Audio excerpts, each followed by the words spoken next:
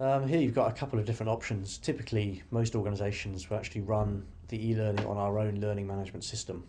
So effectively, from the user's perspective, this is a web-based system which the learners will log into, access the modules that way, and complete the learning. The beauty of this part of the system is that people can log in and log out at will, and each time they log back in again, they're taken back to the page which they last left off at. This system is also very, very easy for you to report on how many users have started, finished, completed, and you can run reports very quickly as well. The second option is for you to actually buy the modules outright and run them on your own learning management system if you have such a thing in place.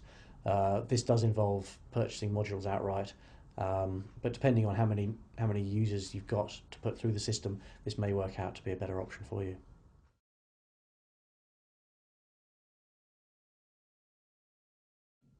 Typically, learners are set up within 48 hours of us receiving their details.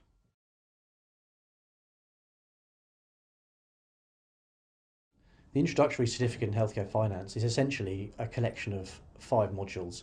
One of these modules is compulsory, that's the Introduction to NHS Finance in England. The other 4 modules can be chosen either by the learner or by the administrator to make up a total of 5 modules.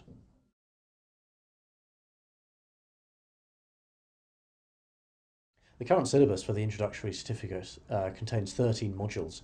However, we are always adding to this syllabus, and also as part of our continuing commitment to keep the modules up to date, we review and update the modules on an annual basis, or when there's a change in policy, basically whichever one comes soonest.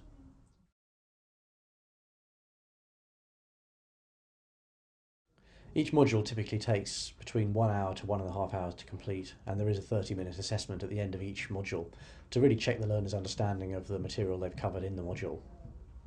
There's also some distance learning text attached to each module, so should the learner wish to, they can actually research a bit more about the given subject without having to trawl the internet.